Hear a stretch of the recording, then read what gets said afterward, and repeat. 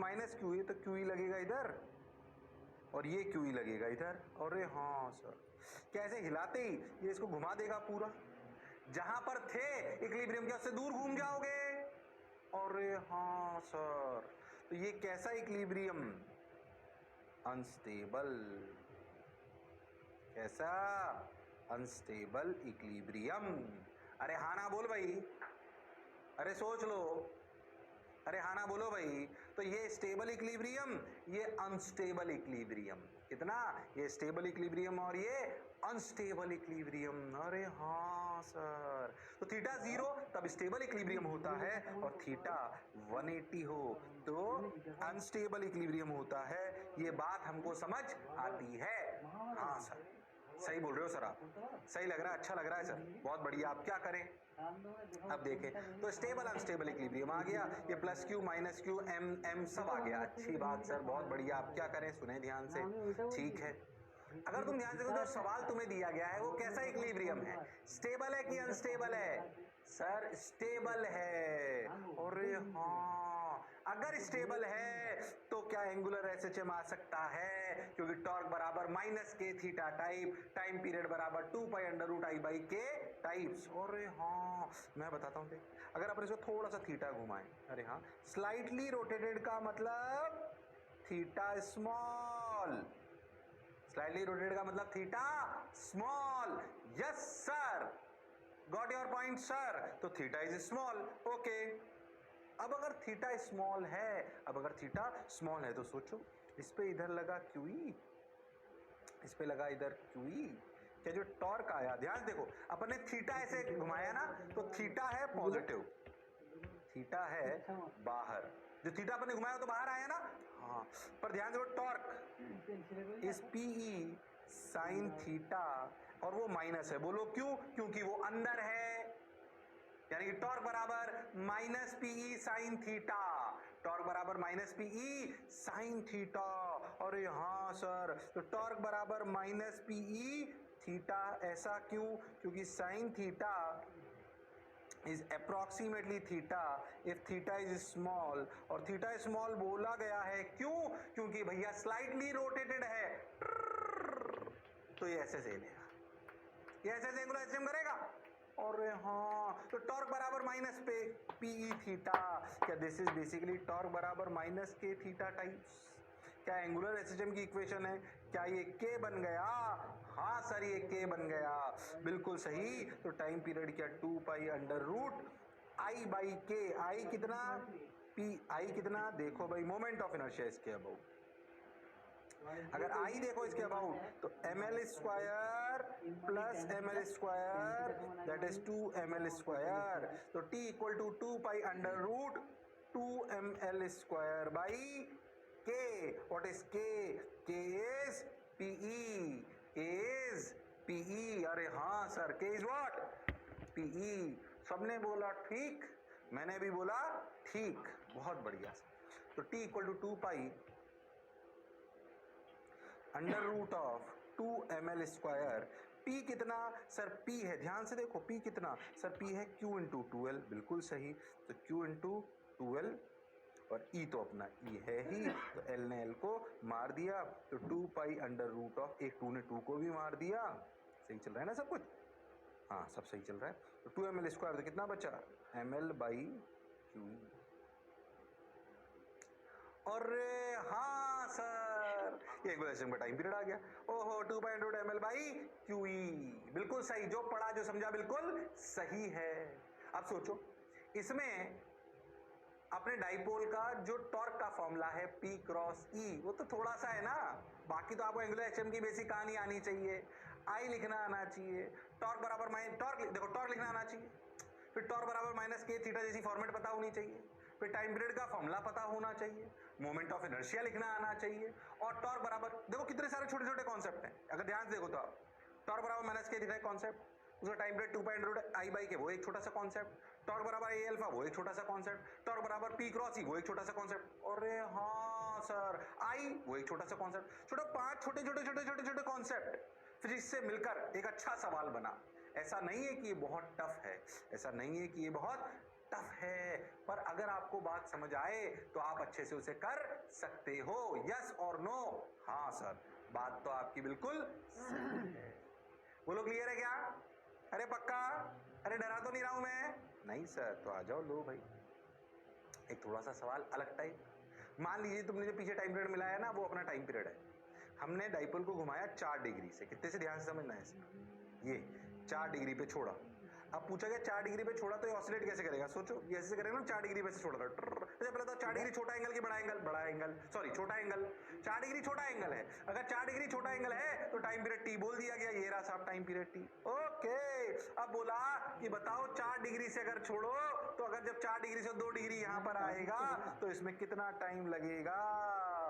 ओहो, पता है तुम्हें एसएचएम से याद करो, तुम एसएचएम से याद करो। ये एसएचएम वाला जो सवाल होते थे याद करो, उसमें क्या अपन ए से लेकर सब कुछ करते थे। क्या एंगुलर एसएचएम का एम्पलीट्यूड 4 डिग्री हो गया? हाँ, ये भी -4 डिग्री। क्या 4 डिग्री से जाएगा ट्र ट्र? इसको ऐसे मान सकते हो, आपको 4 डिग्री से यहाँ 2 डिग्री पर आना है। यानी कि अगर तुम ध्यान से देखो, इसे ए मान लो तो ये इधर की तरफ -a/2। अरे हाँ सर, तो इसको कंपेयर करो लीनियर एसएचएम से ना मिस कॉल करो ना। अरे हाँ, अगर कभी आपने एसएचएम पढ़ा हो, अगर पढ़ा है तो रिवाइज करो। एक छोटी बात, ऐसे टाइम पीरियड निकालने के सवाल कैसे करते थे? फेजर से। ऐसे सर्कल बनाते थे ना, ये उन्हीं को आएगा भैया जिनको थोड़ा बहुत पढ़ा हुआ है। नहीं आता है तो फेजर पढ़िए एसएचएम का। अगर पार्टिकल चालू हो ए से क्या 4 डिग्री एम्पलीट्यूड वाली जगह? और हाँ, क्या ये सिचुएशन और ये सिचुएशन कि एक्सट्रीम ए से a/2 तक के आने का समय या 4 डिग्री से इधर -2 डिग्री जाने तक का समय क्या सेम होगा? हाँ, तो अपन ने कंपेयर करा। अपन चले कहां से? अपन चले ए से, और कहां तक गए? गए ये -a/2 तक, ये इधर -a/2 तक, यानी कि ये a/2। ओ हो, देखो ध्यान से, यहां से यहां गए, ये a से -a/2 तक। बोलो क्लियर है क्या ये? यानी कि अपन घूमे इतना। ये एंगल कितना है देखो भाई, ये एंगल आपको निकालना आना चाहिए। 90 तो है ही। उधर देखो, cos 60 की वैल्यू हाफ होती है, cos 30 के लिए √3a/2 होती है। तो ये कितना हो गया भैया? 60। हाँ सर, हाँ सर, बिल्कुल सही सर, सही कर रहा हूं ना? हाँ बिल्कुल सही। फिर cos 30 हो जाएगा तो √3a/2 हो जाएगा, फिर ऐसे चला जाएगा, cos 0 का उधर चला जाएगा। ध्यान से देखो, तो ये एंगल कितना हुआ? 120 डिग्री। 120 डिग्री का मतलब इंटू π/180, यानी कि 60 से मारो तो ये बच गया 2π/3, यानी कि एंगल घूमे 2π/3। ये उन्हीं को समझ में आएगा जिनको बेसिक एसएचएम के फेजर समझ आते होंगे। नहीं आता है तो पढ़िए। अच्छा, 2π/3, क्या थीटा इक्वल टू लिखा जाता है ω/t? अरे हाँ, इतना एंगल कितने टाइम में कितने टाइम में पास करा? ऐसा एंगल पास करते हैं टी टाइम में, तो इसे लिखा जाता है ω/t। So 2π/3 equal to omega को लिखा जाता है 2π/t इंटू टी। 2π ने 2π को मार दिया, t की value I t/3। Oh my God, answer is t/3। सबने बोला ठीक, मैंने भी बोला ठीक। बहुत बढ़िया सर, बहुत शानदार, बहुत मजा आया, वाह वाह। आ गया t इक्वल टू t/3। बोलो क्लियर? अरे सोच लो। बिल्कुल क्लियर सर, समझ आया सर, मजा भी आ रहा है सर, पक्का? सोच लो। हाँ सर,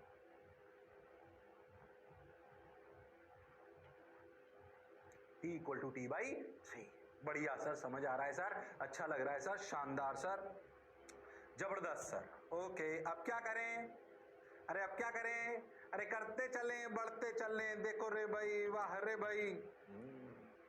हो, देखा आंसर आया क्या? अरे हाँ, यहाँ से यहाँ चले, कंपेयर करके दिखाया। अरे हाँ, बिल्कुल ऐसी तो सिचुएशन होगी तो भैया ये अपना आंसर आ गया। हाँ, आंसर आया t/3। एंगल यहाँ से पूरा नहीं, यहाँ से घूमेंगे इस जगह से, ए से आ रहे ना, तो यहाँ ये नहीं होगा, बस यहाँ से यहाँ। अरे हाँ सर, अब तो एक्सट्रीम से चालू हो रहे ना ऐसे।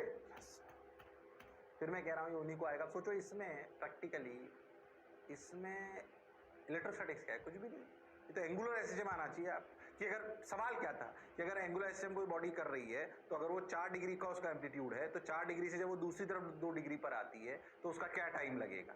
इसमें इलेक्ट्रोस्टैटिक्स क्या है? ये तो एंगुलर एसएचएम का बेसिक सवाल है, जिसको एंगुलर एसएचएम को कंपेयर कर लेते हैं लीनियर एसएचएम से और कंपेयर करके टाइम निकाल लेते हैं कि भाई इधर एक्सट्रीम ए से लेकर इधर वाली एक्सट्रीम के आधे तक कब पहुंचोगे और कैसे पहुंचोगे। हाँ सर, जो हमें फेजर की टेक्निक से आता है। अब इसमें इलेक्ट्रोस्टैटिक्स कहाँ है भाई? ये तो सही बताऊं तो बेसिक एंगुलर एसएचएम का, बेसिक नहीं अच्छे एंगुलर एसएचएम का सवाल कराया है।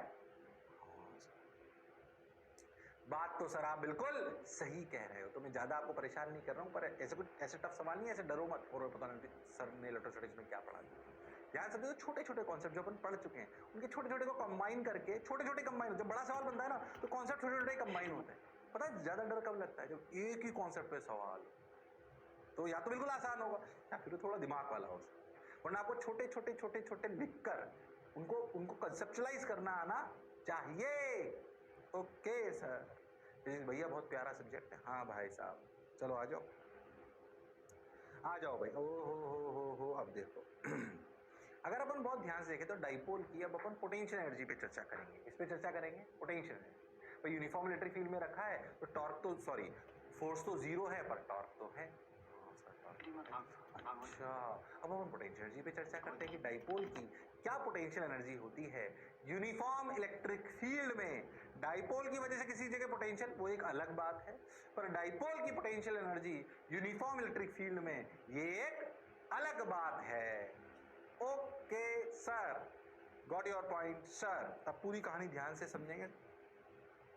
पहले एक बात याद करो कि DW जो हो, जैसे अगर आप जानते हो तो फोर्स बराबर क्या, सॉरी DW बराबर क्या होता है, F.dr। हाँ, या अपन ऐसे लिख लेते हैं सिंपली तो FdX। हाँ, सिंगल डायरेक्शन होता है, बिल्कुल। ऐसे अगर ये वर्क डन होता है ट्रांसलेशनल वर्क डन। कौन सा होता है? Translational work done, F.dr। अगर कभी रोटेशनल वर्क डन लिखना हो तो क्या DW लिखा जाता है टॉर्क डॉट डी थीटा। हाँ सर, बात तो सर आपकी सही है। जैसे ट्रांसलेशन वर्क डन होता है F.dr, ऐसे ही रोटेशनल वर्क डन क्या होता है tau dot D theta. Sir ये रोटेशनल वर्क डन कहां क्यों आ गया? ध्यान से सुन, क्योंकि भैया डाइपोल पर यूनिफॉर्म इलेक्ट्रिक फील्ड में फोर्स तो होता ही नहीं है तो वर्डन कहां से आएगा फोर्स का। पर क्या टॉर्क हो सकता है? तो टॉर्क का वर्डन आ सकता है, और टॉर्क का वर्डन आ सकता है तो वर्डन इन कंजर्वेटिव फोर्स होता है माइनस डेल्टा यू। वहां से पोटेंशियल एनर्जी की बात हो सकती है। अरे हाँ सर, लिंक करता हुआ नजर आ रहा है, क्योंकि हम जानते हैं कि work done by conservative force equal to minus delta U, यानी कि U initial minus U final. और वर्णन किसी भी चीज का दो हो सकता है, ट्रांसलेशनल और रोटेशनल। और यहां पर uniform dipole in uniform electric field में भैया ट्रांसलेशनल वर्णन तो हो ही नहीं सकता। तो कौन सा वर्णन हो सकता है सर? रोटेशनल हो सकता है। हाँ सर, बात तो आप बिल्कुल सही कह रहे हो। तो अगर रोटेशनल हो सकता है तो अपने को लिखना आना चाहिए, जिसको लिखा जाएगा टॉर्क डॉट डी थीटा। पहली बात अपन इस कहानी को प्रोसीड करेंगे, मैं कराऊंगा, पूरा टेंशन मत लो। किताबों से बच्चों को कभी समझ नहीं आता, इसलिए ध्यान से सुनना, तसल्ली से बढ़िया फील करते हुए आपको सिखाऊंगा, ताकि आपका बेस कंसेप्ट बहुत स्ट्रांग हो जाए। ओके, बहुत बढ़िया, अच्छी बात सर। और फिर मैं कह रहा हूं कि जितनी भी चीजें आप पढ़ रहे हो ना, बिल्कुल रिपीट टेलीकास्ट होगी। कब? जब अपन मैग्नेट पढ़ेंगे, मैग्नेटिज्म, तब इतनी धीरे नहीं पढ़ाया जाएगा। बोला जाएगा कंपेयर करो, देखो ये बोलो क्लियर। हाँ, याद रखना एकदम। डाइपोल इसलिए धीरे पढ़ा रहा हूं, पूरे डेढ़ एक लेक्चर पढ़ाऊंगा मैं तुमको। ध्यान रखना, वो इसलिए पढ़ाया है, क्यों? क्योंकि भाई अपन उस समय मैग्नेटिज्म के टाइम पे वो काम 15-20 मिनट में हो जाएगा। अच्छा, मुझे तो पता है ना आगे क्या क्या पढ़ना है भाई, तुम पहली बार पढ़ रहे हो, मैं तो बहुत बार पढ़ा चुका हूँ। हाँ, so potential energy for a dipole. अच्छा, मान लेते हैं कि आपका डाइपोल अभी θ1 पोजीशन पर है। कौन सी पोजीशन पर है? θ1। मान लो कि हम इसको θ2 तक ले जाते हैं। कहाँ ले जाते हैं? θ2 तक। ओके, बिल्कुल सही। अब ध्यान से देखो, तो ये हो गई इनिशियल पोजीशन, ये हो गई फाइनल पोजीशन। इसे आप बोल लो पोटेंशियल एनर्जी एट थीटा 1, ये कहलाएगी potential energy at theta 2। Final potential energy U theta 2, initial potential energy U theta 1। Okay, initial potential energy U theta 1 और final potential energy U theta 2। जो angle बना रहे हैं उनको पोजीशंस पे अपन ने उस जगह पोटेंशियल एनर्जी मान ली। अब डाइपोल को थीटा 1 से थीटा 2 घुमाने में जो इलेक्ट्रोस्टैटिक्स ने कार्य करा, कब, ध्यान समझिए, work done in moving dipole from theta 1 to theta 2 by electric field is equal to potential energy theta 1 minus potential energy theta 2, U initial minus U final.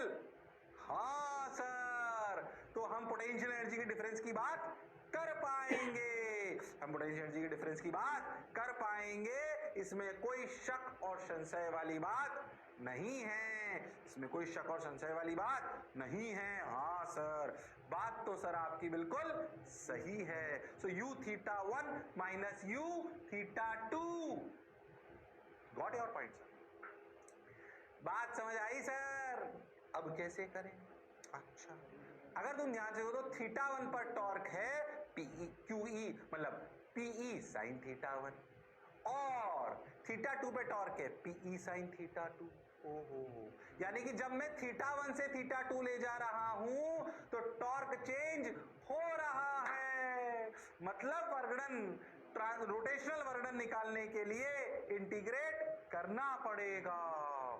हाँ सर, बात तो सर आप बिल्कुल सही कह रहे हो। क्या ये बात समझ आई है? हाँ सर, हाँ सर, अब ध्यान से देखो, मैं ही बनाता हूँ अच्छा से। पहले क्या ये कहानी समझ में आई आपको यहाँ तक? हाँ सर, ये समझ आ गया। इसको ध्यान से, मैं यही समझाता हूँ, तो ध्यान से देखो। अपन क्या करें अब कि मान ले कि अपना डाइपोल ऐसे थीटा एंगल से डी थीटा घूमता है, थीटा एंगल से डी थीटा घूमता है, ऐसे देखो, चाहे से घूमा तुम ध्यान से देखो तो डी थीटा है बाहर, ऐसे। इस इंस्टेंट के लिए जब वो थीटा से डी थीटा घूमा तो जो छोटा सा वर्गडन रोटेशनल का हुआ वो डी डब्ल्यू लिखा गया, बोलो कितना? वो लिखा गया टॉर्क डॉट डी थीटा। अच्छा, टॉर्क है कितना इस इंस्टेंट पर? टॉर्क है भैया P क्रॉस E, यानी कि PE साइन थीटा यानी कि PE साइन थीटा पर सोचो, PE sine theta P cross E आ रहा है अंदर, यानी कि टॉर्क अगर मैंने बाहर को माना पॉजिटिव तो अपना अंदर हो गया नेगेटिव, तो अगर मैंने डी थीटा को माना है पॉजिटिव तो टॉर्क हो गया नेगेटिव। अरे हाँ सर, या आप जैसे भी मानना चाहो, या आप ऐसे समझ लो कि टॉर्क आपका किधर है, ऐसे नहीं मानना तो समझो टॉर्क किधर है? अंदर। डी थीटा किधर है? बाहर। डी टॉर्क और डी थीटा में कितना एंगल? देखो 180। तो पता डी डब्ल्यू क्या लिखा गया? Torque PE sine theta into D theta into cos 180। Cos 180 क्यों आया बोलो क्लियर? डी थीटा बाहर है ना, और टॉर्क अंदर। हाँ सर, तो P sin theta D theta cos 180, cos 180 is -1, so minus PE sin theta D theta minus PE sin theta D theta. अरे हाँ ना बोल भाई, अरे सोच लो।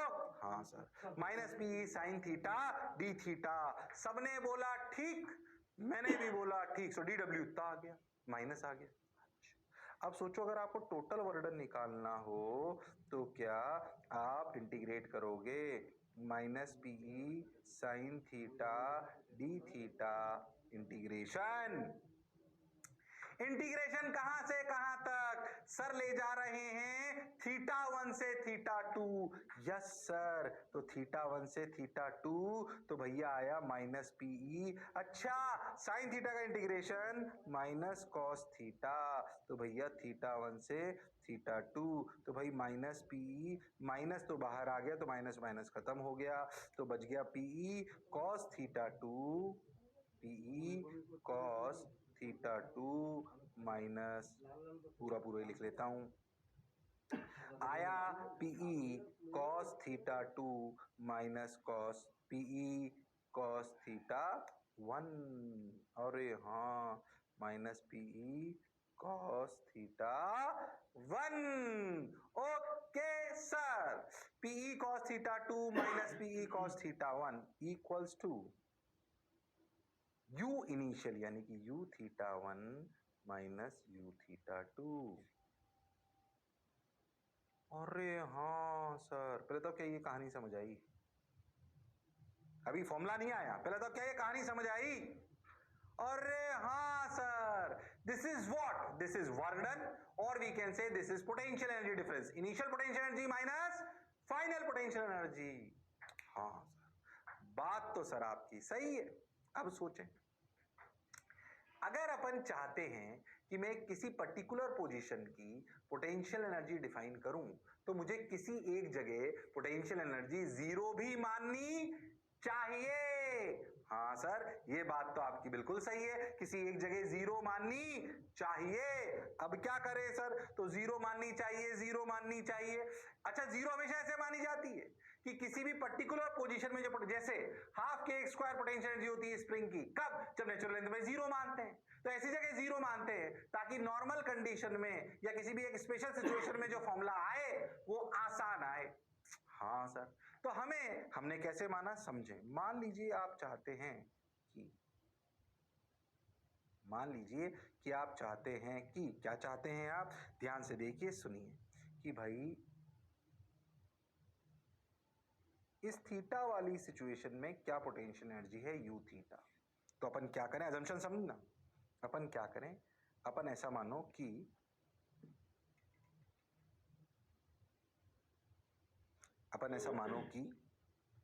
क्यों ना ऐसे 90 डिग्री पर जब हो u 90 तो पोटेंशियल एनर्जी मान लो जीरो, ये अजम्पशन है।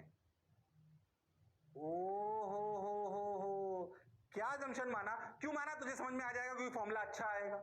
हमने अजम्पशन माना कि u90 जब E और P में 90 डिग्री एंगल हो जाए तब पोटेंशियल एनर्जी जीरो मान लो, क्योंकि पोटेंशियल एनर्जी किसी भी एक जगह की तभी डिफाइन करी जा सकती है जब किसी एक जगह जीरो मानी जाए। जैसे कि यहां की पोटेंशियल एनर्जी mgh तब है जब इस बेस की पोटेंशियल एनर्जी जीरो मानी जाए। इसकी अगर mgh मान ली जाएगी तो यहां की 2mgh हो जाएगी। डिफरेंस कांस्टेंट रहता है, पर किसी भी एक जगह की पोटेंशियल एनर्जी तभी डिफाइन होती है जब किसी दूसरी जगह पर एक रेफरेंस माना जाता है। तो हमने रेफरेंस माना आसान कि अगर P और E के बीच में एंगल 90 डिग्री हो तो पोटेंशियल एनर्जी जीरो मान लो, मान ली। अब सोच, तो भाई देख, ये हो गया u θ1, ये हो गया u θ2। हाँ, तो देखो u θ1 is u theta, u θ2 is u90, जिसको हमने माना जीरो। ठीक, यानी कि θ1 थीटा और θ2 90। ठीक, अब यहां रखो ऊपर, तो u θ1 कितना, u थीटा, u θ2 कितना, मान लिया गया जीरो, Pe cos θ2, θ2 की वैल्यू cos 90, अरे हाँ, माइनस cos θ1 की value theta minus Pe cos θ, cos 90 की वैल्यू जीरो, तो फिर u थीटा आया minus Pe cos θ। Theta P और E के बीच का एंगल है तो इसे लिखा गया minus P vector dot E vector. ओ हो। तो बताएं याद कैसे होना चाहिए। अगर सोचो ऐसे कि अगर कोई डाइपोल है ऐसे और वो ऐसे है और एंगल थीटा है, तो इस सिस्टम की potential energy minus P dot ई है। अरे हाँ सर, पता है, पर मन मंदिर में ये भी याद होना चाहिए कि माइनस पी डॉट ई तब आया था जब 90 डिग्री पर, जब ऐसे 90 डिग्री पर, ये कब आया था? जब 90 डिग्री पर जीरो माना गया था। रेफरेंस वो है, although most of the time हमें पोटेंशियल एनर्जी के डिफरेंस से लेना देना होता है, तो कहां पे रेफरेंस लो इससे फर्क नहीं पड़ता। पर formula minus P dot E, formula for the potential energy of a dipole in a uniform electric field is valid when we have assumed that potential energy when the dipole is at 90 degree with the electric field is zero. That is the reference level, that is the base level. अरे बोलो भैया, अरे हाँ हाँ तो बोलो, अरे सोच लो, अरे पक्का, अरे गारंटीड? हाँ सर। बात तो सर आप सही कह रहे हो, बिल्कुल। अरे पक्का, अरे सोच लो, अरे गारंटीड? हाँ सर, हाँ सर, अरे पक्का। तो भैया Q E U theta U equal to minus P dot E, सबने बोला ठीक, मैंने भी बोला ठीक। Okay okay, so minus P dot, तो माइनस पी डॉट ई आ गया, फॉर्मूला याद रखना है। ये फॉर्मूले का प्रूफ भी अपने आप में ना एक बहुत बढ़िया सवाल, सुंदर सवाल है। मतलब वो रोटेशन वर्क डन सिखाता है आपको, टाउ डॉट डी थीटा की बारीकी सिखाता है आपको, पोटेंशियल एनर्जी को वर्क डन से कनेक्ट करना सिखाता है आपको, रेफरेंस लेना सिखाता है आपको। ध्यान देखो, बहुत अच्छी चीज है। क्या वो आपको रोटेशन वर्क डन सिखा रहा है? हाँ। क्या टाउ डॉट डी थीटा की बारीकी सिखा रहा है? हाँ। क्या work done by conservative force और माइनस डेल्टा यू के रिलेशन को सिखा रहा है? हाँ। क्या रेफरेंस लेना भी सिखा रहा है? हाँ। तब फॉर्मूला आया माइनस पी डॉट ई, डॉट प्रोडक्ट है वो, कॉस थीटा आ गया ना, तो डॉट प्रोडक्ट आ गया minus P dot E. Is that clear to everyone? हाँ सर। तो जो लिखा हुआ है ना स्क्रीन पर, उसके लिए आपका दिमाग चलना चाहिए, गड़बड़ करने की जरूरत नहीं है। क्यों गड़बड़ करेंगे सर? हम इंटेलिजेंट हैं, आप ऐसे ही समझते हो सर हमको?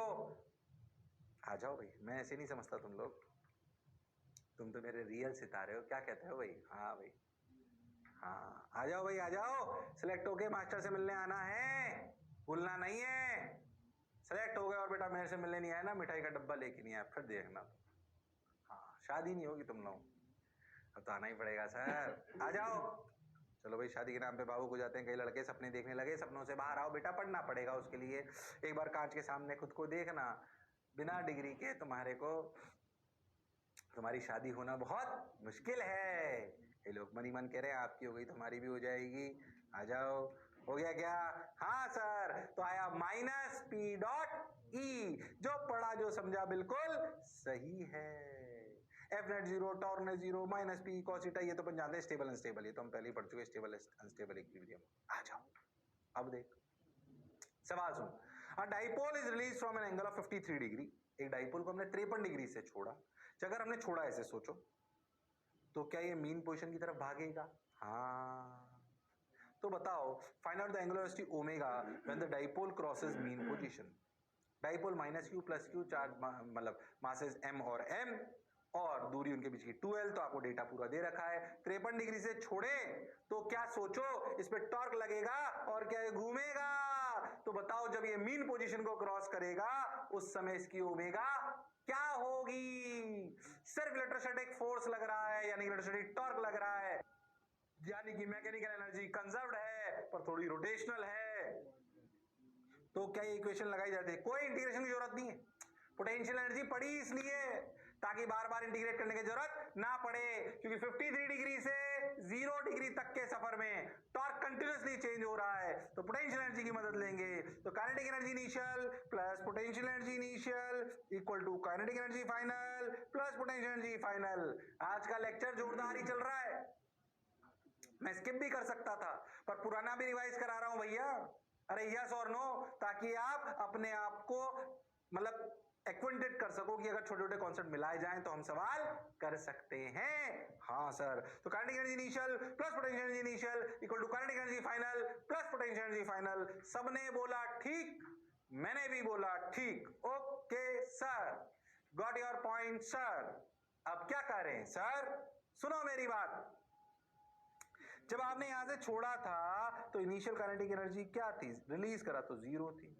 अरे हाँ, पोटेंशियल एनर्जी, अरे हाँ सर ने सिखाई, माइनस पीई कॉस 53। अरे हाँ सर, तो पी की वैल्यू बाद में रख देंगे, Q into 2L। Final kinetic energy, अब जब ये घूमेगा तो काइनेटिक एनर्जी ट्रांसलेशनल की रोटेशनल। सर रोटेशनल, ओमेगा की बात हो रही है, प्योर रोटेशनल हो रहा है सर ये तो।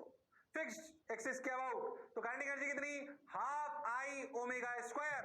अरे हाँ सर, अच्छा इसके अबाउट आई कितना है भाई बताना, भाई पहले भी लिख चुके हैं sir, ml square plus ml square that is 2ml square, तो half 2ml square omega square. Final potential energy फिर से माइनस पी, अब एंगल कितना मीन पोजीशन पे 0, तो माइनस पी 0। ओ हो,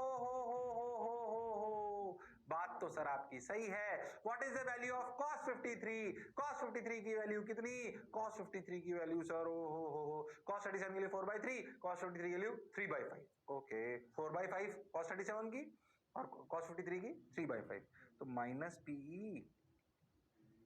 तुम्हें ट्राइंगल तो पता है ना भैया, 37 53 का, या नहीं पता है? भूले तो नहीं तुम, 4 3 ये 53 ये 5। अब बोलो cos 53, सर cos 53 इज 3/5, बिल्कुल सही। 2 ने 2 को मार दिया, ml square omega square cos 01 minus PE. हाँ बिल्कुल सही, तो पी को इधर ले आओ, तो ml square omega square equal to PE 1 minus 3/5, that is 2/3, sorry 2/5 PE. So what is omega? Omega is 2/5 PE ml square root। अरे हाँ सर, बात तो आपकी बिल्कुल सही है सर। सोचो, क्या पोटेंशियल एनर्जी ने सवालों को आसान कर दिया। हाँ सर, बिल्कुल कर दिया, वरना हर सवाल में आपको इंटीग्रेशन करना पड़ता, ये सवाल टफ कहलाता, पर ये सवाल आ सकता है। इसलिए फॉर्मूला प्रूफ तो फील के लिए था, पर formula of potential energy minus P dot ई अपने को रात को 2 बजे भी याद होना चाहिए। Yes sir, got your point sir, बात समझ आई सर। आगे बढ़ जाओ सर, कुछ गड़बड़ करी क्या मैंने, 4QE क्यों, अपन क्या भूले क्या भूले क्या भूले, कुछ गड़बड़ करी क्या अपन ने, नहीं सही तो लग रहा है यार। हाफ आई, कुछ भूला क्या मैं, अपन ने कुछ भूला क्या, एक मिनट रुक जाओ। Potential energy is minus P cos PE, अच्छा पी की वैल्यू रख दी इन्होंने, ओ हो, तो पी की वैल्यू अगर अपन रख दें तो पी की वैल्यू कितनी हो गई भाई, 2QL, तो ये आंसर आ गया। हाँ तो आ गया ना, 4QE/5ml। अपन ने क्या करा, पी के लिए रख दी 2QL। ओहो हो, बोलो क्लियर है क्या? हाँ सर, सबने बोला ठीक, मैंने भी बोला ठीक। ओके, दोनों सही है, पी की वैल्यू रख दो 2QL रख दो, आंसर आ जाए। हाँ सर, हाँ सर, बात तो सही है सर। आगे बढ़ जाओ तो देखो, find the work done on electric dipole in moving from position A to position B. बोलो, अगर हम डाइपोल को ए से बी ले जाएं तो what is the work done? Work done मतलब इलेक्ट्रोस्टैटिक्स का वर्क डन। अरे हाँ सर, अगर ए पोजीशन से बी पोजीशन पे डाइपोल को ले जाएं तो बताओ क्या कार्य करा जाएगा इलेक्ट्रोस्टैटिक्स द्वारा? फॉर्मूला याद कर लो, work done by conservative forces U initial minus U final, और U का फॉर्मूला तुम्हें माइनस पी डॉट ई पता है। अरे तुम कर सकते हो तो बताओ, अब इंटीग्रेट करने की जरूरत नहीं, क्या वर्क डन डायरेक्ट लिख सकते हो अगर फॉर्मूला पता है? अरे हाँ, क्या माइनस पी डॉट ई, तो अगर मैं डाइपोल को ए पोजीशन से बी पोजीशन पर ले गया हूं तो बताओ क्या वर्क डन करना पड़ेगा? बोलो, इलेक्ट्रोस्टैटिक्स द्वारा बोलो। अरे हाँ हाँ बोलो भाई, क्या वर्णन करना पड़ेगा? अरे सो मत, अरे बता दो मेरे लालो, मेरे पीलो, मेरे रेनबो। हाँ हाँ, एक्सक्यूज मी, हाँ बोलो। अच्छा सर, जब आप ए पोजीशन पर हो तो यू इनिशियल हो गया minus PE cos 37 that is 4/5। जब आप फाइनल पोजीशन पर हो तो एंगल 180 माइनस 53 हुआ। अरे हाँ sir, so minus PE cos 180 minus 53 is minus cos 53, so that is PE cos 53 that is 3/5। अरे हाँ सर, तो वर्णन क्या है? U initial is minus PE 4/5 minus PE 3/5। समझ आया? तो माइनस, इसमें क्या है, बच्चे ना कई बार वो प्लस माइनस की गलती कर देते हैं, वो cos 53 ले लेते हैं, पीई पी डॉट ई, तो इधर से एंगल है ये 53, हमें तो ई से लेना है, ई से एंगल तो 180 माइनस 53 हुआ ना। हाँ, तो एक्चुअली क्या ऑप्शन ऐसे दिए होते हैं चार, +7 P by 5 -7 P by 5 plus P by 5 minus P by 5। तो अगर आप थोड़ी सी भी प्लस माइनस की गलती कर दोगे तो आंसर मिसमैच हो जाएगा। इसलिए साइन का ध्यान रखें, ढंग से करें। सोचो, इतना खतरनाक वर्णन जो इंटीग्रेशन से निकाला था, पोटेंशियल एनर्जी का फॉर्मूला याद होने पर क्या वो एक लाइन में आ गया है? हाँ, बस ढंग से फॉर्मूला याद होना चाहिए, उसे अप्लाई करना आना चाहिए। अगर दोनों बातों पे ध्यान रखोगे तो परेशान होने की बिल्कुल जरूरत नहीं है। हाँ सर, पढ़ाते तो जोरदार हो सर, है ना? बोल मत देना कुछ। हाँ बहुत बढ़िया। अरे हो गया क्या? अरे सोच लो। हाँ सर हो गया सर। लो भैया, -7 पी बाई 5 आंसर। जो पढ़ा जो समझा बिल्कुल सही है। हो। अब तुम ध्यान से देखो, तो जो अब मैं थोड़ा पढ़ाने वाला हूँ वो थोड़ा है ना एक्स्ट्रा पोर्शन है, बट मैं पढ़ाऊंगा उसको, क्योंकि कभी कभी आ जाता है वो इनडायरेक्टली, लिखा तो नहीं होता आपके कोर्स में, पर वो आ जाता है। आपके कोर्स में जनरली ऐसा लिखा होता है कि dipole in a uniform electric field है, पर सही बताऊं तो अगर डाइपोल को नॉन यूनिफॉर्म इलेक्ट्रिक फील्ड में भी रखो तो वो कैसे बिहेव करेगा, थोड़ा थोड़ा वो अपने को आना चाहिए। थोड़ा एक्स्ट्रा पोर्शन है, हालांकि मैं आपको पढ़ा रहा हूं ताकि आपको फील और समझ आ सके। और आ चुका है वो एक आध बार, तो अगर एक बार आ चुका है तो फिर आ सकता है, इसलिए अपने को उसको पढ़ना चाहिए। ध्यान से सुनते हैं। अब अपन पढ़ रहे हैं, ध्यान देखो, अपन ने dipole in uniform electric field तो पढ़ लिया। फोर्स क्या होता है, टॉर्क क्या होता है, पोटेंशियल एनर्जी क्या होती है, ये क्या होता है, वो क्या होता है। और फिर कह रहा हूं कि याद रखना है, एग्जैक्ट कहानी आएगी ऐसी की ऐसी मैग्नेट्स में। दो पोल होते हैं ना उसमें, नॉर्थ पोल साउथ पोल, जैसे अपन डाइपोल लेते हैं ना, ओ हो -q + q। अगर कभी मैग्नेट को पढ़ा हो तो ऐसे उसमें दो पोल होते हैं, नॉर्थ पोल और साउथ पोल। यहाँ पे लिखेंगे -m, ये लिखेंगे +m। ये +m कहलाएगा, m कहलाएगा पोल स्ट्रेंथ। जब इसको बिल्कुल ऐसी कैसी कहानी चलेगी डाइपोल जैसी, बिल्कुल वही डाइपोल, मैग्नेट की वजह से मैग्नेटिक फील्ड, यहाँ पे इलेक्ट्रिक फील्ड निकाली थी, वैसे ही उसी प्रकार के कुछ फॉर्मूले आएंगे, वैसी ही एनालॉगी होगी। अच्छा, इसलिए कह रहा हूं ये 2 चैप्टर खत्म हो रहे हैं। हाँ बिल्कुल वैसे ही, अच्छे से, इसलिए धीरे धीरे बोल रहा हूँ, कोई जल्दबाजी नहीं। मुझे बताइए, ये भी अच्छे से होगा, वो भी होगा, और दोनों से सवाल आते हैं, दोनों से। अच्छा, हाँ सर, हाँ सर, बात तो सर आपकी क्लियर है सर, बढ़िया। खैर अभी अपन उस पर नहीं घुसते, अभी अपन आगे बढ़ते हैं। लो भाई, तो dipole in non uniform electric field सवालों के थ्रू समझने का प्रयास करते हैं। मान लो कि एक डाइपोल है, ओके। अब मैं आपसे पूछूं कि ये जो +q चार्ज है, इस +q चार्ज की वजह से इस डाइपोल पर कितना फोर्स है?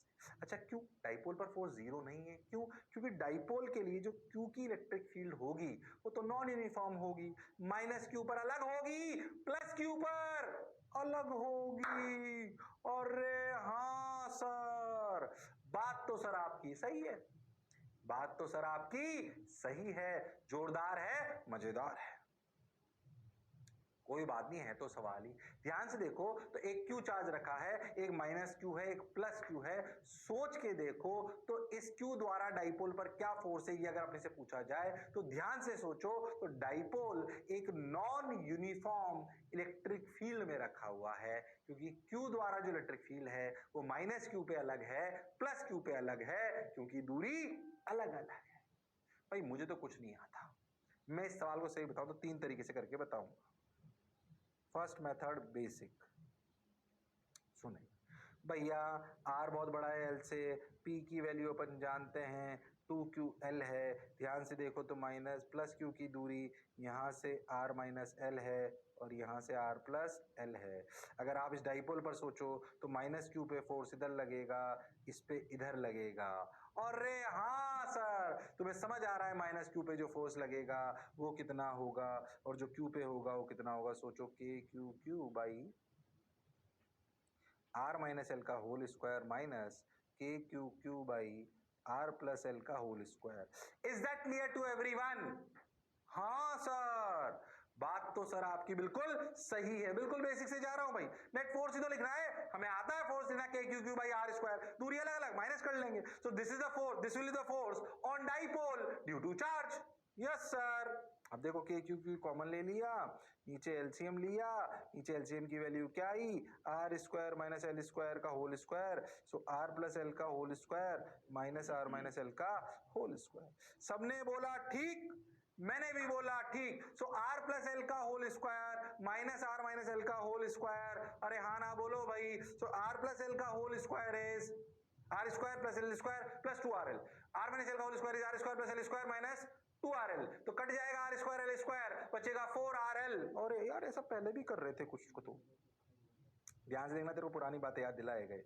4RL। अच्छा, R square minus L square, क्या R बहुत बड़ा है L से तो एल स्क्वायर को उड़ा दो। अरे हाँ, पहले भी ऐसा करा था, R की पावर 4। अरे हाँ, ये 4 ने R को मार दिया। अच्छा, P की वैल्यू कितनी है 2QL, तो आया 2KP by R cube into Q। अरे हाँ सर, कुछ प्रोसेस देखा देखा सुना सुना सा नहीं लग रहा? ऐसा पहले भी कहीं करा था। कहां करा था? मैं याद दिलाता हूं, जब आपने डाइपोल की इलेक्ट्रिक फील्ड निकाली थी R दूरी पर, तब फॉर्मूला आया था 2KP बाई R क्यूब।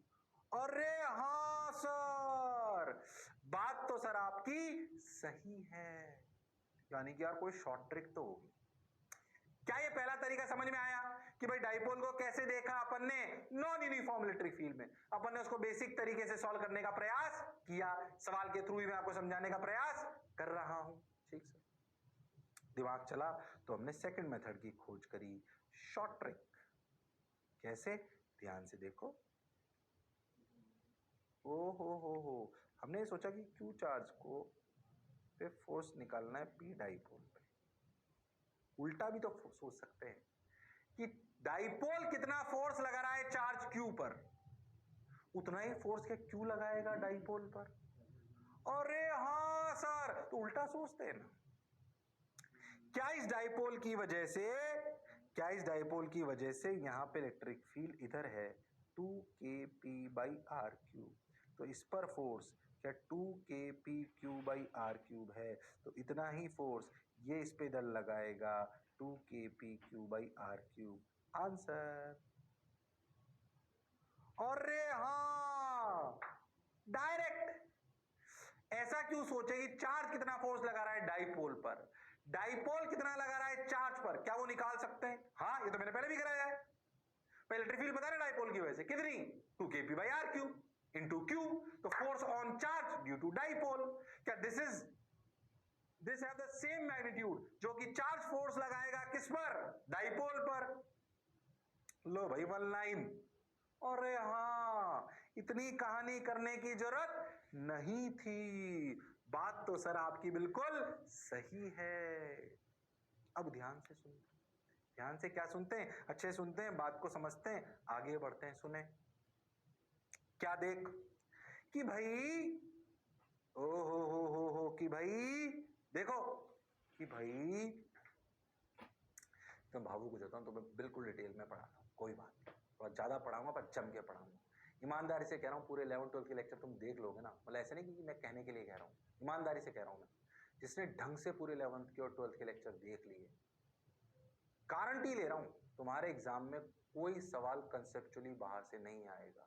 सिर्फ प्रैक्टिस करनी है, बहुत सीक्वेंस में, बहुत अच्छे से, अनुभव के साथ कह रहा हूं ये बात, रियलिटी में बोल रहा हूं मैं आपको 110%। इसलिए बहुत ध्यान से पढ़ना पड़ेगा भाई। देखो जाहिर सी बात है, अच्छा मैं पढ़ा दूंगा वो मुझे पता है, तुम्हें लगेगा हाँ पर मुझे पता है कि मेरे को पता है कि कैसे पढ़ाया जाए कि बच्चों को ज्यादा समझ आए। ये बात क्लियर है? हाँ, यही तो अनुभव है। हाँ सर, हाँ सर। है ना। कुछ चीजें गॉड गिफ्ट होती है, वो है अपने को, है क्यों है मेरे को नहीं पता, पर है ना। पर आपको पढ़ना पड़ेगा। हमारी क्लास से पढ़ा हुआ कोई बच्चा बहुत बढ़िया रैंक लाता है कॉम्पिटिटिव एग्जामिनेशन में, कोई नहीं भी पास होते। पर ये डिपेंड करता है कि आप कैसे पढ़ना चाहते हो। पर मैं वो गारंटी से कह रहा हूं, आपने लेक्चर अगर ध्यान से सुने ना, एक एक तसल्ली से, और आप कनेक्ट कर पा रहे हो, जब मैं बोल रहा हूं ये पढ़ के आना, ये आगे पढ़ाऊंगा, ये पीछे से पढ़ना, ध्यान रखना है आप, तब आपको फिजिक्स एंड आते आते ऐसे दिखने लगेगी। जिन बच्चों ने 11 से पूरा ढंग से कराऊंगा, ऐसे दिखने लगेगी धीरे धीरे धीरे धीरे, तो अपने आप रिवीजन होता जाएगा, आपको पता ही नहीं पड़ेगा कब होगा ऐसा। हाँ, बात तो सर आपकी सही है, और स्टडीज में तो बहुत आता है। चलिए खैर, बाबू को गया मास्टर, क्या शॉर्ट ट्रिक समझ आई? हाँ सर। अब मैं आपको समझाना चाहता हूं कि एक और मेथड बताऊंगा मैं इसको, पर वो जनरलाइज करके। जैसे मान लो डाइपोल का ये इलस्ट्रेशन था जिसमें अपन ने चार्ज क्यू रखा, और ये चार्ज क्यू था, ये non uniform electric field generate कर रहा था। पर चार्ज क्यू थोड़ी हो सकता है, कोई भी हो सकता है, रिंग हो सकती है, रिंग की एक्सेस पर डाइपोल रख दो, वायर हो सकता है, शीट हो सकती है, बहुत कुछ हो सकता है। तो क्यों ना हम इलेक्ट्रिक फील्ड को जनरलाइज करके थोड़ा फॉर्मूले को निकालने का प्रयास करें। आओ कैसे देखते हैं। पहली बार 2kp/r³ आ गया, देखो चलो इस पे मैं दोबारा आता हूं, पहले अपन जनरलाइज कर लेते हैं। देखो आ जाओ, देखो भाई कैसे, देखो मान लो कि एक डाइपोल रखा हुआ है और यहां पे इलेक्ट्रिक फील्ड ना ऐसे कांस्टेंट नहीं है, वेरिएबल है। जैसे अभी अपन ने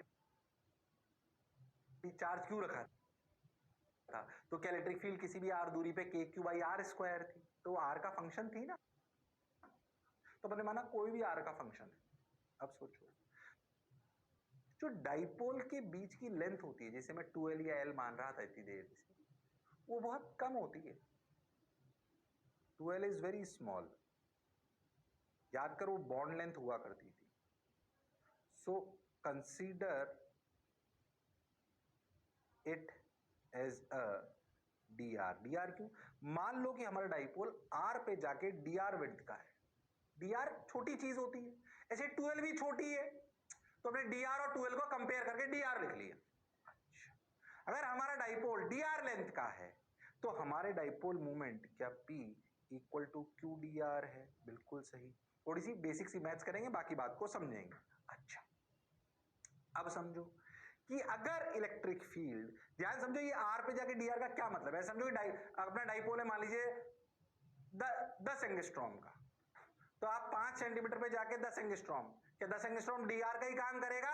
हाँ सर, वैसी बात है।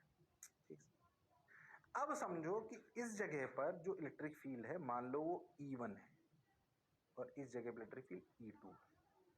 अच्छा, तो सोचो इधर फोर्स QE1 है और इधर फोर्स QE2 है। अच्छा सोचो, क्या net force QE2 minus QE1 है? हाँ सर, बिल्कुल सही बात है। नेट फोर्स क्या है? QE2 minus E1। ये तो सही बोल रहे हो, बिल्कुल सही। अच्छा, QE2 माइनस E1, हालांकि अपन dr इधर ले गए, अपन ने राइट का फोर्स को पॉजिटिव मान लिया। QE2 minus E1, okay. अब देख, क्या E2 माइनस E1, अगर बहुत ध्यान से देखो तो क्या E2 dr वाली जगह पर है और E1 r वाली जगह पर है? तो E2 r प्लस dr पर है और E1 r पर है। क्या dr बहुत छोटा है? तो क्या change in electric field, because dr is small, change in electric field is also small। मतलब E2 minus E1 is approximately dE। dE is what? When there is small change in dr, ऐसा समझो आप कि अगर ऐसे electric field, field मत मतलब गड़बड़ मत करना, सुनना ध्यान से। ऐसा समझो कि अगर मैं r पे जाके dr का एलिमेंट लूं, तो क्या इलेक्ट्रिक फील्ड में जो चेंज आएगा, क्या वो dE होगा? r पे जाके dr लो तो इलेक्ट्रिक फील्ड में चेंज E फाइनल से माइनस इनिशियल dE। अरे हाँ सर, बात तो सर आपकी सही है सर, बिल्कुल सही। तो देख, इसको क्या लिखा गया? QDE। इसको ना आप dr से मल्टीप्लाई कर दो, dr से डिवाइड कर दो, तो Q इंटू डी आर क्या है? P। तो फॉर्मूला आया P DE by D are. हाँ, नेट फोर्स। हालांकि आप ध्यान से देखो तो E2, अगर आप बहुत ध्यान से देखो तो अगर आप इसको थोड़ा सा सिर्फ मैग्नीट्यूड वाइज लिखना चाहते हो तो इसे minus P D by D R लिखते हैं अपन। माइनस माइनस छोड़ो, डायरेक्शन बुद्धि से लाएंगे। मैग्नीट्यूड, एफ नेट का मैग्नीट्यूड ये। कई बार आप किताबों में F net equal to minus P D by D R भी देखोगे। वो माइनस का मतलब इसका क्योंकि अपना पीछे वाला फोर्स ज्यादा है ना, E1 वाला। हाँ, अपन मैग्नीट्यूड से मतलब रखो, डायरेक्शन अपन बुद्धि से लाएंगे। So the formula for net force in a uniform, non-uniform electric field is PD by dr. dE by dr is rate of, formula याद रखो तुम तो, rate of change of electric field with R. Rate of change of electric field with R. Yes, sir. Got your point, sir.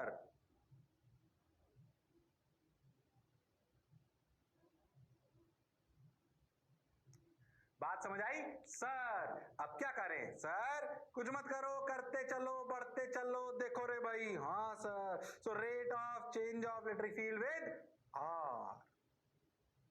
तो formula याद रखें, P D by D R. देख, जो आपने सवाल करा था ना क्यू वाला, उसको देख इससे भी करके बताता हूं। देख, थर्ड मेथड देख, क्यू ये डाइपोल पी, ओ यार दूरी, ओके। इस जगह पे बोलो इलेक्ट्रिक फील्ड कितनी है क्यू की वजह से? Sir K Q by R square. तो इस पे फोर्स लगेगा पी डी ई। ई क्या है? K Q by R square, जिसमें इलेक्ट्रिक डाइपोल रखा है। क्या वो क्यू के इन्फ्लुएंस में रखा हुआ है? तो P D Q by R square into D R. K Q तो बाहर आ गया, K Q P D of 1 by R square by D R. What is the differentiation of 1 by r square? 1 by r square differentiation minus 2 by r cube. अरे हाँ, so minus 2 kp q by r cube। Minus minus भूल जाओ, minus direction तो इधर आएगी क्योंकि minus इधर plus इधर, तो फोर्स इधर। अरे हाँ sir, minus 2 kp q by r cube is the formula. तो एक general formula for non uniform electric field के लिए याद रखें, मैग्नीट्यूड इज दिस, डायरेक्शन बुद्धि से। अरे हाँ सर, बात तो सर आपकी सही है सर। ये minus P D by D are, minus में मत उलझो तुम, तो P D by D are याद रखो, मैग्नीट्यूड आ गया डायरेक्शन बुद्धि से। अरे माइनस पे ज्यादा इलेक्ट्रिक फील्ड है कि प्लस पर है, ये पता पड़ेगा ना कि इलेक्ट्रिक फील्ड बढ़ रही है कि घट रही है, उससे अपने आप डायरेक्शन पता पड़ जाएगी। हाँ सर, बात तो सर आप बिल्कुल सही कह रहे हो, जोरदार कह रहे हो, मौज के साथ कह रहे हो। बोलो क्लियर है क्या? अरे सोच लो। हाँ सर क्लियर है सर, बिल्कुल क्लियर है सर, जोरदार सर, आगे बढ़ जाओ सर। तो बढ़ जाता हूं, लो भाई। So minus 2 kp q by R cube. Got your point sir? बात समझ आई सर? अब देखो भाई, ये हुआ, ये हुआ, ये हुआ, ये हुआ। अब क्या करें? Minus 2 kp q p d by D R. अपन ने प्रूव भी कर लिया। हो ये देखो, ये वाला जो सवाल था कितना आया इसका answer? 2 kp q by R. मैंने पूरा प्रूव करके बताया अभी। क्या ये तीन तरीके से बता दिया? जनरल तरीका, शॉर्ट ट्रिक और एक और जनरल तरीका। एक नॉर्मल मेथड, एक शॉर्ट ट्रिक वो वाली, और तीसरा क्या था? तीसरा था general formula P D by D are. सोचो, अगर D by D are constant electric field हो तो क्या D by D are zero? Rate of change हो ही नहीं इलेक्ट्रिक फील्ड, तो सोचो फोर्स जीरो। इसीलिए कांस्टेंट इलेक्ट्रिक फील्ड में फोर्स क्या होता था? जीरो। अरे यस और नो? अरे हाँ सर। चलो एक और सवाल करो, बताओ।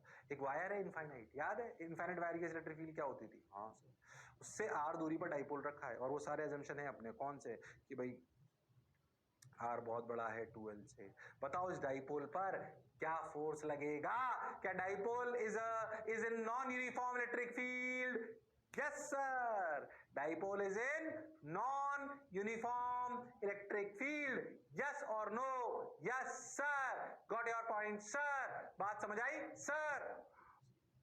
तो भाई साहब माइनस क्यू प्लस क्यू, हाँ बोलो, इस इनफाइनाइट वायर की वजह से इस डाइपोल पर क्या फोर्स लगेगा?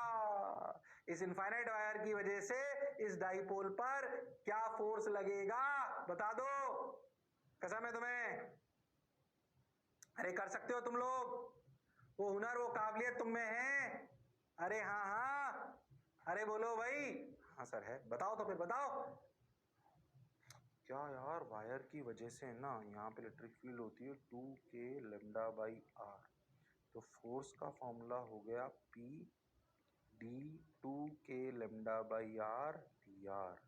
ओ हो, तो P 2k lambda D 1/r by D R. 1/r का इंटीग्रेशन, सॉरी डिफरेंशिएशन, अरे हाँ -1/r स्क्वायर, सही तो कर रहा हूँ। तो -2kp lambda by R square. Minus वाइनस छोड़ो, डायरेक्शन देखो, क्या इधर से इधर जा रहे हो तो इलेक्ट्रिक फील्ड घट रही है, तो इधर का फोर्स ज्यादा होगा, इधर का कम होगा, F1 ग्रेटर देन F2 होगा। अरे हाँ सर, तो नेट फोर्स इधर आए, तो फोर्स आएगा इधर, आंसर होगा 2kp lambda by R square. अरे हाँ sir, 2kp lambda by R square. सबने बोला ठीक, मैंने भी बोला ठीक। ओके, अरे वाह सर, मजा आ गया sir. 2kp lambda by R square आ गया। पी डी बाई डी, देखा आंसर सही आ रहा है अपना। हाँ, माइनस का मतलब तो तुम समझ रहे हो क्या है उसका मतलब। आंसर आ गया पीछे। ओ हो, सही जा रहे हो सर आप, सही जा रहे हो सर आप। आ जाओ, ओके। और देख, आ जा भाई, रिंग ले लो भाई। रिंग के इलेक्ट्रिक फील्ड याद है, K Q X by R square plus X square की पावर 3/2। मान लो एक डाइपोल रखा है r बाई रूट 2 की दूरी पर, बताओ उस डाइपोल पर क्या फोर्स लगेगा रिंग की वजह से। रिंग की एक्सिस पर जो जो बेसिकली डाइपोल रखा है वो r बाय रूट 2 की दूरी पे रखा है। अब मुझे बताओ कि भाई r बाय रूट 2 पे रखी हुई दूरी पर जो डाइपोल है उस पर इस रिंग की एक्सिस पर रखा हुआ है, इस रिंग पर की एक्सिस पर रखे हुए इस डाइपोल पर क्या फोर्स लगेगा? अरे बोलो, अरे सोच लो, अरे बोलना पड़ेगा भाई। अरे हाँ हाँ, अरे बता दो, अरे पक्का। हाँ सर पक्का, बताओ तो सही, तो बताओ, तुम बताओ, मैं थोड़ी बताऊंगा, बताओ।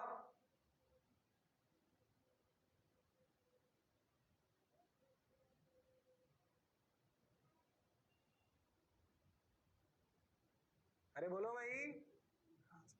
हाँ सर, पक्का। चलो सर, आर बाय रूट 2 देखा देखा सा लग रहा है, पता है इस सवाल में बेवकूफ बनाया है। याद है रिंग का ग्राफ इलेक्ट्रिक फील्ड का, आर बाय रूट 2 पे मैक्सिमम होता था, जहां मैक्सिमम होता है वहां पे D by D are zero होता है। ओ माई गॉड, तुम पता है अगर d by D R E को लिखते K Q X by R square plus X square power 3/2, फिर उस x के रेस्पेक्ट में इंटीग्रेट कर, सॉरी डिफरेंशिएट करते, p से मल्टीप्लाई करते और x की वैल्यू r बाय रूट 2 रखते, तब भी आंसर जीरो आता। r बाय रूट 2 दिया ही इसलिए ताकि जज कर पाए कि तुम्हें पता हो r बाय रूट 2 पे मैक्सिमा होता था, जहां मैक्सिमा होता है वहां पे D I by D are zero होता है, मतलब इस पे एफ नेट जीरो है। ओ हो, सॉल्व कर कर एक पेज का सॉल्यूशन बनाने की जरूरत नहीं है। और नहीं विश्वास है तो कर, क्या करूं sir, K Q X by R square plus X square की पावर 3/2 को एक्स मान लो, आर मान लो, जो तुम्हें मानना है मान लो, उसको डिफरेंशिएट करो तो डी बाई डी आर या डी बाई डी एक्स आ जाएगा, उसको पी से मल्टीप्लाई करो, उसमें एक्स की वैल्यू आर बाय रूट 2 रखो, आंसर जीरो ही आएगा। अरे क्यों? क्योंकि डी बाई डी आर तो पहले से जीरो है, कहां पर? आर बाय रूट 2 पर, क्योंकि भाई पहले से पता है कि इलेक्ट्रिक फील्ड जो होती है रिंग की एक्सिस पर वो आर बाय रूट 2 पर मैक्सिमम होती है। कहां पर मैक्सिमम होती है? आर बाय रूट 2 पर। हाँ सर, फील तो आई सर, जबरदस्त सर, शानदार सर, मजा आया सर। बोलो क्लियर? अरे सोच लो। हाँ सर, पक्का? लो तो भाई एक और करो, आ जाओ भाई। आए तो समझ गए सर, हम आ गया हमें समझ सर, जीरो आ गया। ओ। इसे कहते हैं डाइपोल डाइपोल इंटरेक्शन। मान लो एक डाइपोल दूसरे डाइपोल के इन्फ्लुएंस में रखा हो, तो अगर मैं पूछूं P1 द्वारा P2 पर क्या फोर्स है, P1 द्वारा P2 पर क्या फोर्स है, डरना मत, तुम कर सकते हो। इसे बोलते हैं डाइपोल डाइपोल इंटरेक्शन। P1 द्वारा P2 पर क्या फोर्स है, क्या P2 सोचो तो P2 सोचो तो क्या वो P1 के इन्फ्लुएंस में रखा हुआ है, क्या वो P1 की एक्सिस पे रखा हुआ है, क्या P1 की इलेक्ट्रिक फील्ड एक्सिस वाली याद है? हाँ, तो P2 को मानो P और P1 की इलेक्ट्रिक फील्ड को मानो E, तो P2 पर फोर्स आ जाएगा। बोलो बोलो। अरे सोच सकते हो, इसे बोलते हैं डाइपोल डाइपोल इंटरेक्शन। देखो क्या यहाँ पे जो इलेक्ट्रिक फील्ड है वो P1 की वजह से है, P1 की एक्सिस में इलेक्ट्रिक फील्ड होती है 2kP1/r³। अरे हाँ, तो इस पर फोर्स क्या होगा? फोर्स होगा P हो जाएगा P2dE, E P1 की वजह से 2kP1/r³/dr। So 2k P1 P2 1/r³ is -3/r⁴. So -6k P1 P2/r⁴ is the formula of force on dipole P2 due to P1 on the left hand side। क्यों? क्योंकि electric field इधर से इधर जा रही है तो घट रही है, तो नेट फोर्स इधर होगा। अरे हाँ सर, P2 की वजह से P1 पर फोर्स पूछ लो तो इतना ही होगा, उल्टा हो जाएगा। कहने को ये टफ बात है पर बात समझ में आनी चाहिए, बात समझ में आनी चाहिए।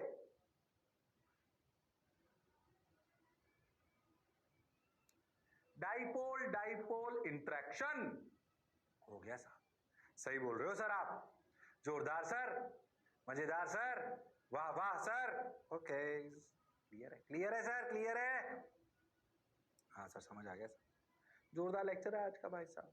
हाँ, पूरा लेक्चर मैंने इसी पे निकाला है, देखो बिल्कुल कुछ छोड़ने का प्रयास नहीं करा। हो -6k P1 P2/r⁴। अच्छा, मैं इसमें एक चीज और बताना चाहता हूँ, देखो हाँ, अगर तुम ध्यान से देखो तो अगर डाइपोल ऐसे परपेंडिकुलरली रखा हो तो क्यू के, सवाल क्यू वाला करा था ना, उसके देखो अगर क्यू के परपेंडिकुलरली रखा हो तो, अगर क्यू के परपेंडिकुलरली रखा हो तो क्या करें? ओ शॉर्ट ट्रिक से बहुत आसान। क्या ये डाइपोल के, ध्यान सुनना, क्या ये डाइपोल के, अच्छे समझना, क्या ये डाइपोल के परपेंडिकुलर बाइसेक्टर पर है? डाइपोल की वजह से इधर इलेक्ट्रिक फील्ड क्या kp/r³ है? बिल्कुल सही। तो फोर्स हो जाएगा इस पर नीचे की तरफ kpq/r³। तो इसके द्वारा इस पर फोर्स उल्टा लग जाएगा इधर kpq/r³। तो डाइपोल की वजह से चार्ज पे फोर्स निकालने हैं या चार्ज की वजह से डाइपोल पे फोर्स निकालने, बात बन गई। क्या इस चार्ज Q की वजह से, ध्यान समझना, क्या इस चार्ज Q की वजह से ये फॉर्मूला लग सकता है F = P dE/dr। अब E की वैल्यू ले लो kp/r³/dr। हो तो kpq, कंफ्यूज मत हो ना, इसकी चार्ज Q की इलेक्ट्रिक फील्ड कितनी है? kq/r²। तो kpq 1/r² इंटीग्रेशन -2/r³। सो -2 kpq/r³। आंसर तो मैच नहीं हुआ जो हमने शॉर्ट ट्रिक से करा था, ये गलत है इस वाले केस में, इसीलिए मैंने इस सवाल को बाद में कराया। ये गलत, थोड़ी अच्छी चीज पर ध्यान समझना गलती कहां है। इस वाले सवाल को pdE/dr से नहीं कर सकते, क्यों समझना, क्योंकि वैसे इलेक्ट्रिक फील्ड ऐसे वेरी हो रही है, ऐसे, और P ऐसे है, तो pdE/dr तब वैलिड है जब dr एंड P की डायरेक्शन सेम हो। हालांकि तुम्हारे लिए ज्यादा फर्क नहीं पड़ता, तब वैलिड है जब dr एंड p की डायरेक्शन, जैसे इससे पहले जितने भी सवाल करे, p भी इधर था, dr भी इधर था, इसमें देखो dr ऐसे इलेक्ट्रिक फील्ड को मेरे ऐसे करा रहे हैं और p ऐसे ले रहे हैं, तो आंसर नहीं आएगा। Then you have to go with the basics. हालांकि मैं जानता हूं थोड़ी टफ बात मैं बता रहा हूं, पर ठीक है, बात समझ आनी चाहिए कि क्यों यहां नहीं लग रहा है, इसलिए सवाल यहां, सवाल तो अपन ने कर लिया, पर ये सवाल P D by D R से नहीं कर पाओगे। खैर तुम्हारे लिए तो P D by D R आ जाए, बड़ी बात है। So P D by D R की एक खास बात, P D by D R कब वैलिड है?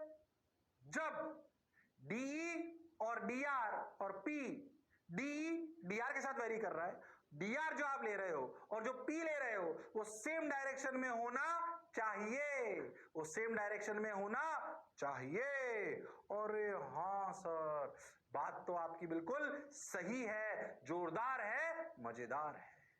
बोलो क्लियर है क्या? अरे सोच लो। तो खतरनाक कहानी आपको सुनाई और ये पूरा अपना समापन हुआ किसका? किसका? डाइपोल का। इसका समापन हुआ डाइपोल का।